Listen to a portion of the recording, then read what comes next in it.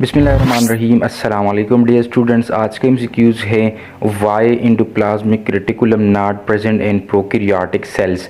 जो prokaryotic cells होते हैं इसमें एंडोप्लाज्मिक रेटिकुलम मौजूद नहीं होता। तो एंडोप्लाज्मिक रेटिकुलम की मौजूदगी ना होने की क्या वजह है? जैसे हम जानते हैं कि एंडोप्लाज्मिक रेटिकुलम प्रोकैरियोटिक सेल में मौजूद नहीं है, तो प्रोकैरियोटिक सेल वो सेल होता है जिसमें ट्रू न्यूक्लियस मौजूद नहीं होता।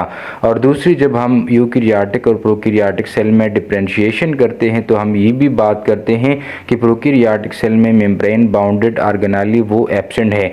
तो अगर एंडोप्लाज्मिक रेटिकुलम देखा जाए तो ये तो मेम्ब्रेन बाउंडेड ऑर्गेनेली है, क्योंकि ये इसके इर्द गिर्द मेम्ब्रेन मौजूद होता है, एक जली नुमा स्ट्रक्चर मौजूद होता है। तो देयरफॉर जो एंडोप्लाज्मिक रेटिकुलम है ये प्रोकैरियोटिक सेल में absent है।